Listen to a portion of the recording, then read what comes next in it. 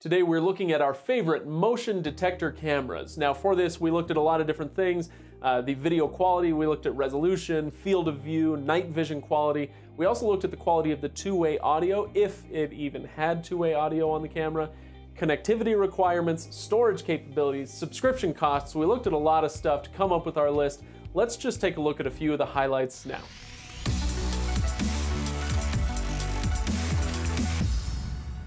Now our best overall pick is the Nest. Nest has a lot of things going for it, a lot of cool tech, including something called Super Sight. A lot of cameras have person trackers, but Super Sight uses a 4K sensor. Now this is different from having a 4K video sent to you. The sensor though is extremely sensitive, so they're calling it a 4K sensor.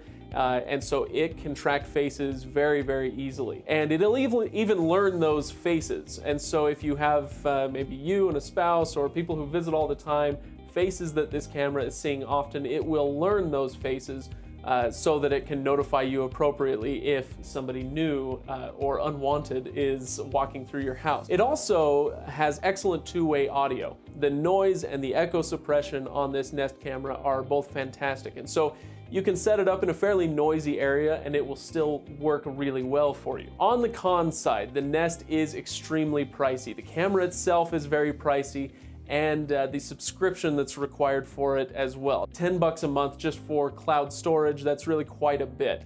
And another thing to note, this is just camera only, even that subscription service. It's not the whole home functionality.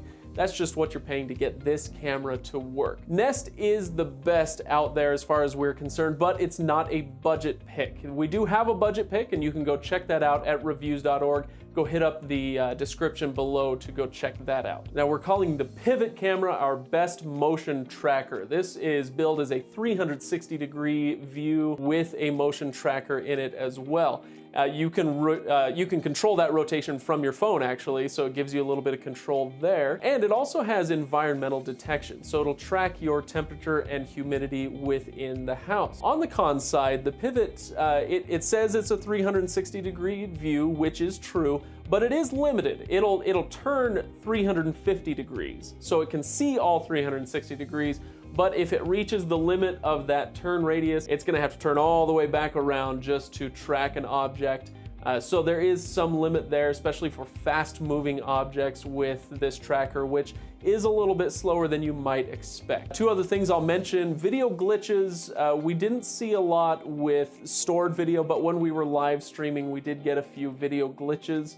So that may happen to you. And the Wi-Fi only works on a 2.4 gigahertz connection, not a 5 gigahertz. So if that's what you have in your home, this may be a no-go for you. Now the Canary is our air quality pick, and I'll tell you why we're calling it that in just a moment, but some other things that we like about it. The two-way audio works fantastically well. It's maybe not as crisp as the Nest, like I was mentioning before, but it does work very well also. And the picture quality is where this thing really shines. The 1080p picture, that's what they almost all bill themselves as, is 1080p, but the Canary actually looked closer to 1080p than the others. It has fantastic video quality. Now it also has a temperature and humidity sensor, just like the Pivot does, but the Canary also has an air quality sensor, so it can track that within your home. If you live in an area where that's a concern for you, that's kind of a plus as far as I'm concerned. Now on the cons side for the Canary, this does require a broadband connection. So if you're living in a home, you know, maybe you're on satellite internet or